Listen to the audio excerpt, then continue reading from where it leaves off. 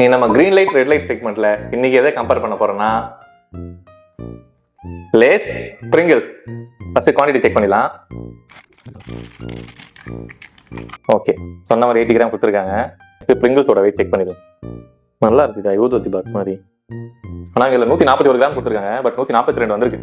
அப்போ லேஸ் வந்து 80 கிராம் 48 ரூபாய், அதே பிரிங்கிள்ஸ் வாங்கினா 80 கிராம் 96 ரூபாய் ஆகுது.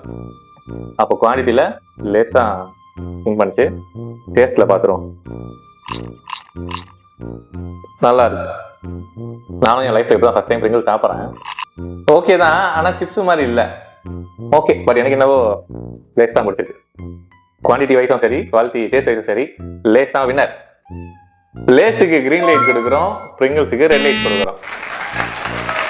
ஆனால் நான் கேட்ட வரைக்கும் நிறைய பேர் பிரிங்கிள்ஸ் தான் பிடிச்சிருக்குன்னு சொல்கிறாங்க. உங்களுக்கும் பிரிங்கிள்ஸ் தான் பிடிச்சிருந்துச்சுன்னா ஏன் பிடிச்சிருக்குன்னு கமெண்ட்டில் சொல்லுங்கள், தெரிஞ்சுக்கிறேன். நன்றி, வணக்கம்.